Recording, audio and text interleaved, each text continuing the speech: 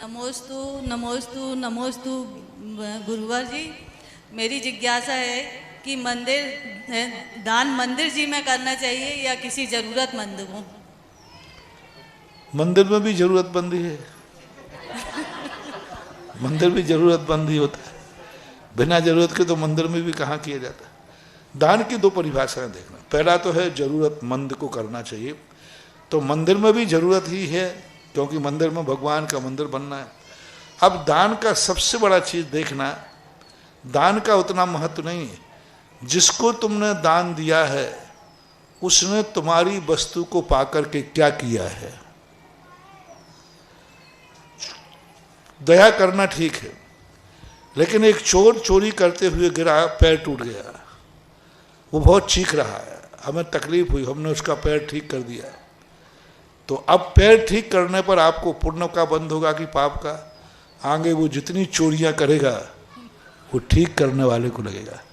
तो हमारा जैन दर्शन ये कहता है, दान करने समय जिसको दिया जा रहा है वह क्या करेगा, क्या करेगा, तुम्हारे दान के बाद वो क्या करेगा, ये देखना चाहिए। एक बार एक जिले में हमने ट्राई साइकिलों के लिए बंटवाई, कलेक्टर थे वहाँ पर, तो पूरे जिले को मुक्त करना, मैंने भी कहा, साइकिलें बांटी गई। एक दिन मैं शौच जा रहा था और सब जरूरतमंदों को बांटी गई क्योंकि सबके पैर नहीं थे, सबको ना, बड़ा मैं खुश था।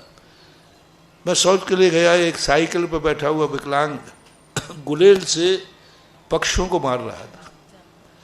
मैंने देखा और देखा, मैंने कहा ये तो वही ट्राई साइकिल है जो मैंने दिलवाई थी, उस पर पीछे प्लेट भी लगी थी, महाराज के आशीर्वाद से यह ट्राई साइकिल दी गई।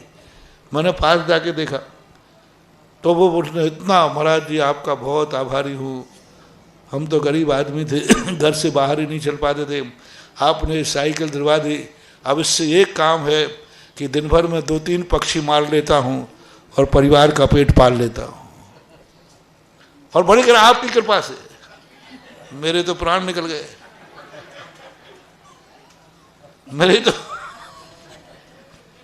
अब बोलो, ये जरूरतमंद को साइकिल दिलाई, इसमें कितना अनर्थ हो गया। तो हमें जिसकी हम जरूरत दे रहे हैं वह तुम्हारी वस्तु लेने के बाद वो क्या करेगा।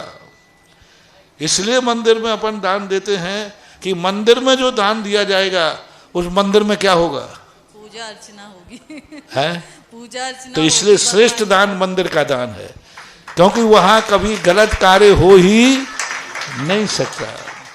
श्रेष्ठ दान यदि महाराज को क्यों देना है, क्योंकि महाराज तुम्हारा आहार लेने के बाद क्या करेंगे, सामयिक प्रवचन स्वाध्याय आदि करेंगे।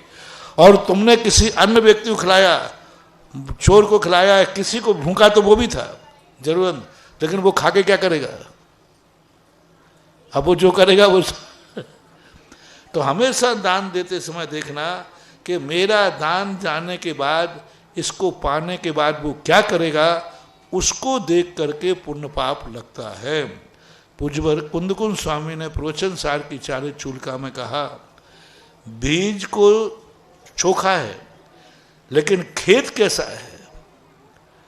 यदि खेत खोटा है तो चोखा बीज भी फल देने वाला नहीं होगा।